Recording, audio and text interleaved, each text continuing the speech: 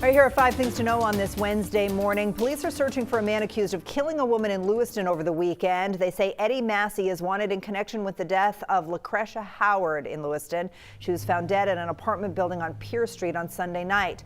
Police did not say how Howard died or why Massey is a suspect. Here's a picture of him. Officials say he's 6'4" and walks with a limp.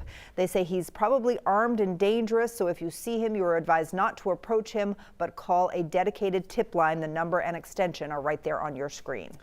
Lawmakers in Augusta are working on a compromise for a plan that will help Mainers heat their homes this winter. Republican Senator Rick Bennett, Democrat Nicole Grochowski are proposing an amendment to scale back direct payments. Instead of $450 being sent out to 92% of Mainers, only 41% of Mainers would be eligible. The amount of those payments would also depend on income. Northern Light Health is closing a wing of Eastern Maine Medical Center at the end of this year. The inpatient acute rehabilitation program treats patients with traumatic injuries and those recovering from surgery. A spokesperson told Maine Public closing this wing will give the hospital the resources it needs to better serve the community overall. Fewer than 50 employees will be affected by the closure. The spokesperson says the hospital will work on finding jobs for them in the Northern Light system. Maine Medical Center in Portland is set to receive almost $3 million from the Federal Emergency Management Agency, or FEMA.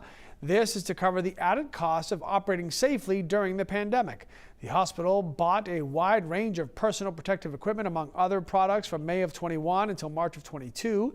In all, FEMA has now sent almost $180 million in grants to the state of Maine for pandemic-related expenses. The Departments of Homeland Security and Labor are announcing nearly 65,000 more H-2B visas for next year. It follows a push led by the Maine Senators Susan Collins and Angus King. The senators say the allocation of these visas will help provide relief for small businesses trying to find workers, but they add that the program overall needs to improve to make sure that those businesses don't continue to have hiring issues. All right, we will begin with a look at the Friday-Saturday snowfall map because this is the bigger storm. And right now the interior gets walloped with several inches, close to a foot for the mountains.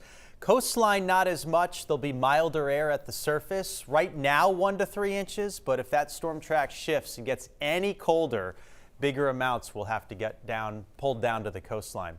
Today, we've got a few flakes this morning in eastern Maine. It'll be blustery most of the day. Tomorrow's quiet, and then the storm Friday and Saturday. Already gonna love those hand warmers, automatic car starters, and wood stoves. They're useful today for sure. Have a good one, everyone. We'll see you later.